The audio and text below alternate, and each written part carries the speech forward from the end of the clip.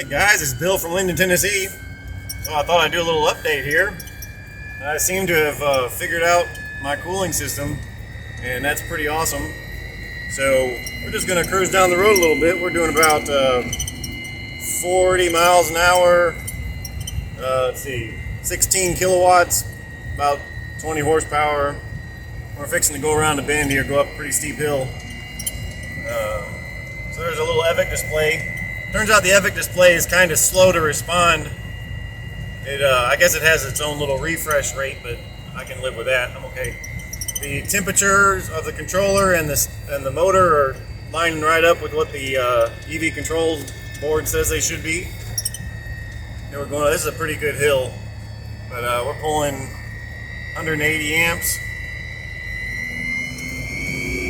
528 amps there, just hitting it a little bit. This is a pretty stout hill. Like a normal car would definitely have to downshift to get up a hill like this. So I'm pretty dang impressed with the power of this. Like I said, I've got the inverter turned down to about 250 horsepower, 250 kilowatts. Which is fine by me. So yeah, man, this is pretty good. I think the gears are definitely getting quieter for sure. Yeah, you don't really know how loud something is until you got a passenger, but from where I'm sitting, it sounds pretty good to me. So go around up a hill. We're gonna go up this hill, then we're gonna come back down it and do a little bit of regen. Let's say do a lot of regen. We're doing about 55 amps on top of the hill. This is where the refresh is a little bit off, because right now we shouldn't be pulling very much. There we go, 2 amps. I don't think you're going to be able to see the gauge. Yeah, you can. So I'm hoping to get a hold of the guys at EVIC, because this display, it's fine during the day, but man, is this sucker bright at night. Yeah, so anyway, one more little hill, now we're going to start going downhill.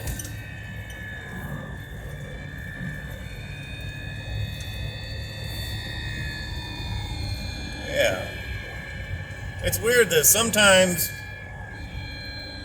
the regen makes the brake lights come on and sometimes it doesn't. I'm not exactly sure why that is.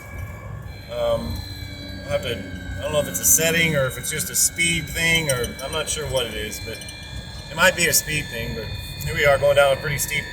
We're pulling 75, 76 amps, putting it back into the battery, and it's just slowing us down pretty nice. I wouldn't want any more than this.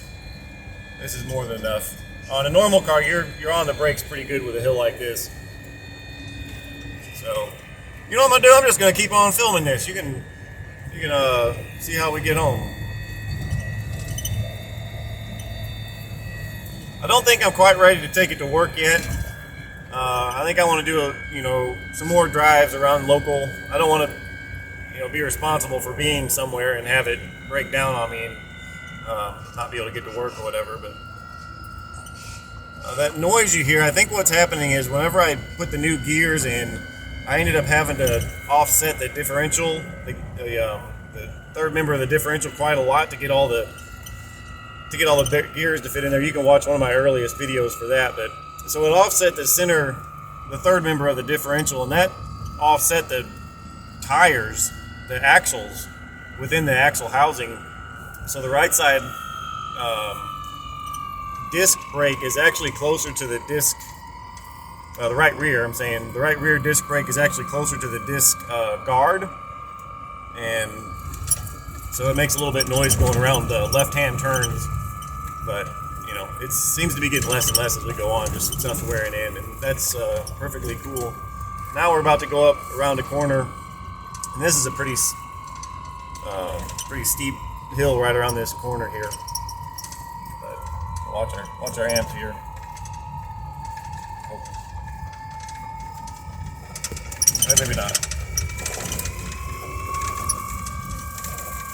So yeah, a little bit of damage. We've had some pretty strong winds here, knocking some trees and branches and stuff down. But I don't know how wise this is, showing this video on YouTube, but oh well. I mean,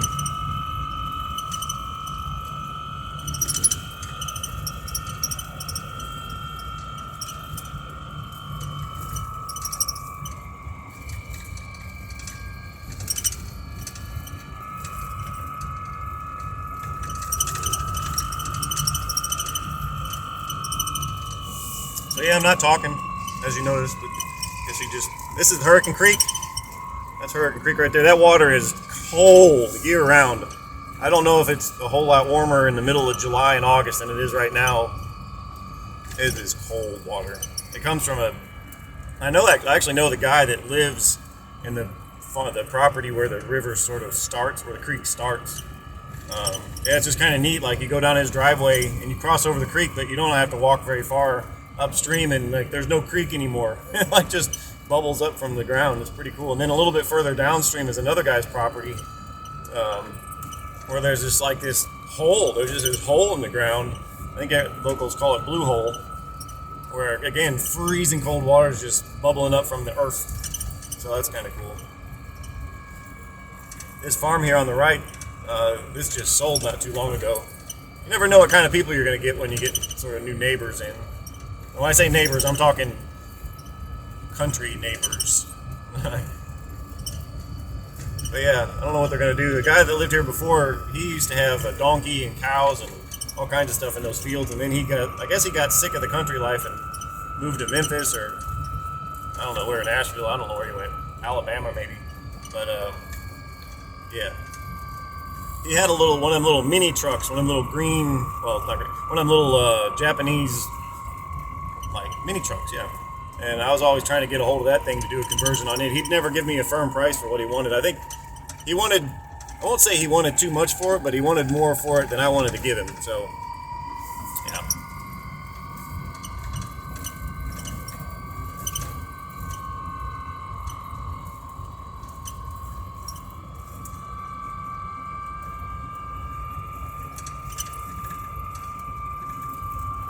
Man, this is what it's all about right here. This is thrilling. This is very cool to have it, all your kind of hard work and effort and scratching your head and bloody knuckles and all that stuff, and just never ending open your wallet and just throwing money at this thing over for months and months and months. I started this in July of last year, so this is just 2022. So I started this in July of 2020. Yeah, July of 2020. So a year and a half to get it to where we're at now. Yeah, so this is pretty awesome.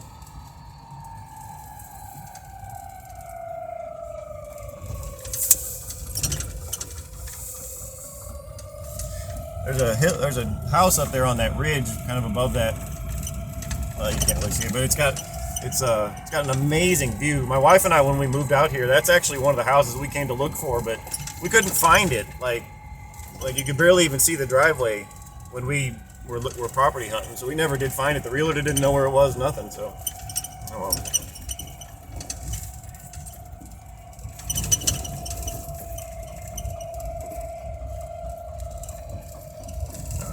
All right, check this out.